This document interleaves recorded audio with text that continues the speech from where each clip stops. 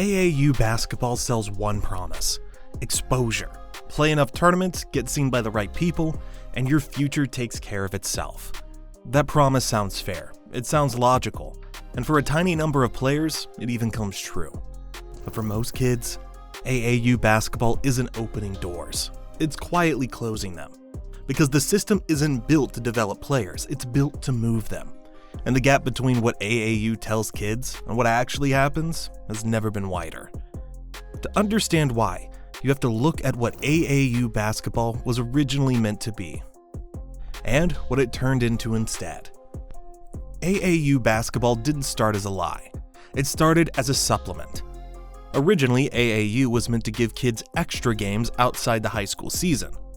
A short off-season circuit, a chance to stay sharp, play against different competition, and enjoy the game a little more. And for a while, that's exactly what it was.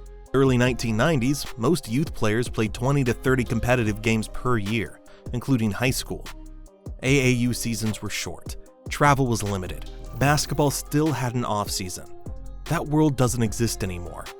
Today, elite youth players routinely play 70 to 100 plus games per year between AAU tournaments, high school seasons, showcases, camps, and unofficial runs. Some top prospects exceed 120 games annually before they turn 18. That's more than many professionals. This explosion didn't happen because kids suddenly needed more basketball. It happened because exposure became valuable. As college recruiting intensified, AAU became the most efficient scouting tool in the country. A weekend tournament could feature thousands of players, dozens of college coaches, and hundreds of games streamed online. Efficiency turned into scale. Between 2000 and 2020, the number of major AAU-style events multiplied. Shoe circuits emerged, year-round schedules became normal, off-season disappeared. And with that shift, AAU stopped being optional. It became mandatory. Players were told that missing a weekend meant missing exposure. Parents were told that opting out meant falling behind.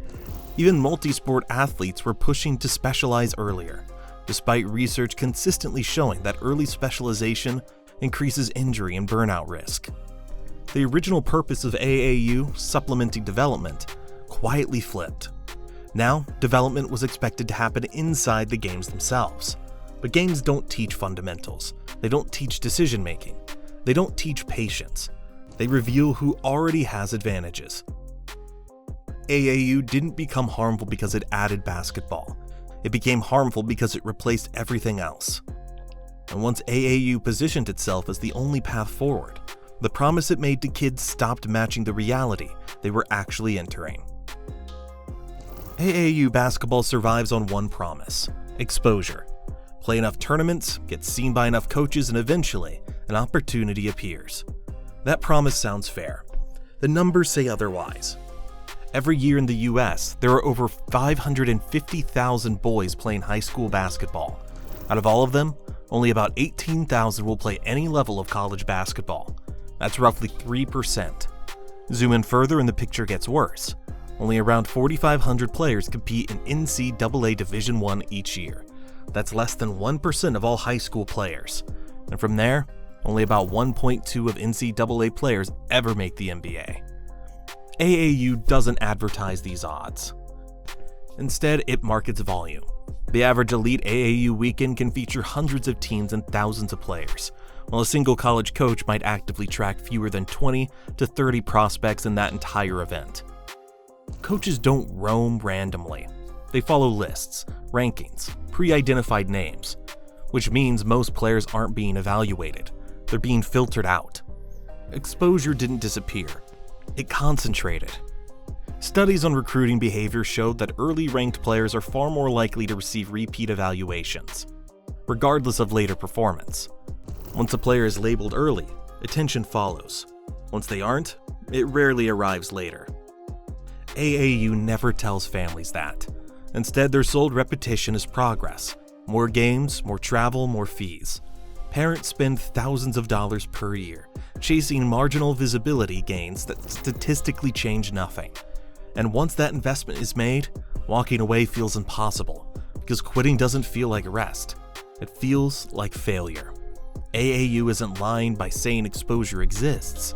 It's lying by implying exposure is evenly distributed, and that playing more games meaningfully shifts the odds. The numbers don't support that belief. And chasing exposure doesn't just drain wallets, it fundamentally changes how kids learn to play the game. Once exposure becomes the goal, basketball stops being taught the right way. AAU teams aren't built to develop players, they're built to win weekends, and the structure proves it. At most AAU events, teams play 4 to 7 games in a single weekend, often with short turnarounds and minimal practice time. Some programs practice less than once a week during peak tournament stretches. That matters, because skill development doesn't happen in games, it happens in repetition, feedback, and correction. Things games are terrible at providing. So coaches default to shortcuts. Ball-dominant players keep the ball, because it wins quickly. Big athletes are parked near the rim because it's efficient. Everyone else spaces out and stays quiet. The data backs this up. Tracking from youth tournament play shows that a small percentage of players account for the majority of on-ball actions. Often 20 to 30% of players taking over 60% of possessions. That's not development, that's triage. Decision-making disappears. Instead of learning how to read help defense, players learn to attack mismatches. Instead of learning counters, they learn speed. Instead of learning patience, they learn urgency. And those habits stick. By the time many AAU heavy players reach high school or college, they've logged hundreds of competitive games, but surprisingly few guided practice reps. Sports pedagogy research consistently shows that deliberate practice, not volume of competition, is the strongest predictor of long-term skill retention. AAU flips that ratio. More games, fewer corrections, minimal teaching. Players look experienced because they've played a lot. They struggle because they haven't been taught enough. That's why college coaches often say the same thing about incoming recruits. They're athletic, they're confident, but they don't know how to play without the ball. AAU didn't ruin kids' skills.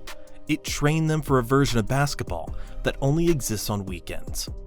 And when those players finally reach the level AAU promised would come, the mismatch becomes impossible to ignore. If you like basketball videos that actually explain what's happening behind the scenes, not just highlights and rankings, make sure you're subscribed, because the next part gets into what happens when AAU players finally reach high school, college, or the pros, and why the system almost never prepares them for that moment. Alright, let's keep going. The easiest way to understand AAU's lie is to look at what happens to the players it builds around. Because the pattern is consistent. Take 7th Woods. At 14, he was one of the most viral players in America. Millions of views, top rankings, AAU dominance. He looked like a future star before he even reached high school. By the time Woods reached college, the advantage disappeared. He had played countless AAU games, but he hadn't been taught how to run a team. He struggled to adjust to structure, limited minutes, and decision-making expectations. His career became a series of transfers. Not because he lacked talent, but because the game he was trained for no longer existed. Or look at Austin Rivers, a more successful version of the same pipeline. Rivers survived because he was elite enough to adapt, but even he admitted later that AAU taught him to score, not to read the game. His early NBA years were spent relearning habits that should have been built earlier. And then, there are stories you don't hear about. 5-star recruits who dominate AAU, commit early, and then quietly fade. Players who bounce between colleges, players who never find a role once athletic mismatches disappear. These aren't isolated cases, they're structural outcomes. AAU excels at identifying early physical advantages: speed, size, explosiveness. It struggles with teaching patience, counters, and adaptability. So when those early advantages disappear, when everyone is athletic, when systems matter, AAU built players often stall. Not because they're bad, because they were trained for a different environment. And the cruel part is, by the time players realize the promise was incomplete, their margin for error is gone. They're older, expectations are higher, patience is thinner. The system already moved on, which leads to the most uncomfortable question of all. If this keeps happening, why do families keep buying in? AAU basketball sells hope. The numbers tell a different story. Every year in the US, over 550,000 boys play high school basketball. Out of those, roughly 18,000 will play any level of college basketball. About 4,500 will play Division I. That's less than 1%. and from there, the drop-off is brutal. Only about 1.2% of NCAA men's players ever make the NBA. That's roughly 60 players per year, most of whom were already elite outliers long before AAU mattered. Yet AAU operates as if the odds are negotiable. Look at Harry Giles, one of the most dominant AAU players of his generation. 5-star recruit, top-ranked big, endless exposure, he did everything the system asked. By the time he reached college, his body was already breaking down, multiple knee injuries, limited development time, and a career spent trying to recover what constant competition took away. Or take Isaiah Austin, another highly ranked AAU star whose career ended abruptly due to medical issues. His story isn't a failure of effort or talent. It's a reminder that the system never plans for what happens when things go wrong. Then there are players like Jabari Parker or Michael Porter Jr., rare cases who did make it, but even they lost years of development to injuries after non-stop youth competition. These aren't accidents, they're probabilities. AAU players average far more games per year than players in most global development systems, often 70 to 100 plus games annually between AAU, high school, showcases, and camps. Sports science consistently shows that early specialization and excessive competition increase injury risk and burnout. Yet AAU rarely slows down, because slowing down would mean admitting the truth, that most kids aren't being prepared for long careers. They're being pushed towards short windows of visibility. The system isn't lying about saying success is possible. It's lying about pretending the odds aren't stacked, and by building an industry that profits regardless of who's making it through. Which brings us to the final layer of the lie, why AAU doesn't change, even when the evidence is everywhere. By now the pattern is obvious. AAU basketball doesn't survive because it works for kids. It survives because it works for the people around them. The structure is perfectly insulated. If a player succeeds, the system takes credit. If a player fails, the blame is individualized, not systemic. He didn't work hard enough. He made bad choices. He just wasn't good enough. The system is never questioned. AAU programs don't get evaluated on development outcomes. They're evaluated on wins, exposure, and alumni highlights. Showcases don't track who burns out. Recruiting services don't track who disappears. There's no downside for over-promising. Families pay thousands of dollars per year for travel, fees, and training because hope is powerful and vague. Exposure can't be measured. Opportunity can't be audited. And AAU benefits from urgency. If kids believe there's time to develop slowly, they might step off the treadmill. If parents believe patience matters more than visibility, they might say no to the next tournament. So the system keeps repeating the same message. Play more, travel more, commit earlier. Even as evidence piled up that this approach hurts more players than it helps. AAU doesn't need to be malicious to be misleading. It just needs incentives that reward volume over truth. And until someone is held accountable for outcomes, not optics, the system has no reason to change. Which leaves the final question. If AAU basketball is lying to every kid, what would an honest system actually look like? AAU basketball isn't lying because it hates kids. It's lying because the truth doesn't scale. The truth is slower. The truth is boring. The truth doesn't sell tournaments every weekend. Most kids don't need more games. They need better teaching, more rest, more patience, and fewer adults turning urgency into income. AAU didn't invent ambition. It learned how to monetize it. And for a small number of players, the system works just well enough to justify everything underneath of it.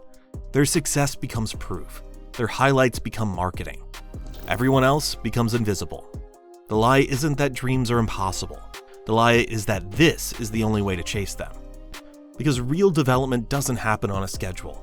It doesn't happen in rankings. And it doesn't happen every weekend in a different city. It happens quietly, with repetition, with mistakes, with people who aren't trying to rush you somewhere. AAU basketball tells every kid the same thing. Keep going, you're close. The honest system would tell them something harder and far more useful.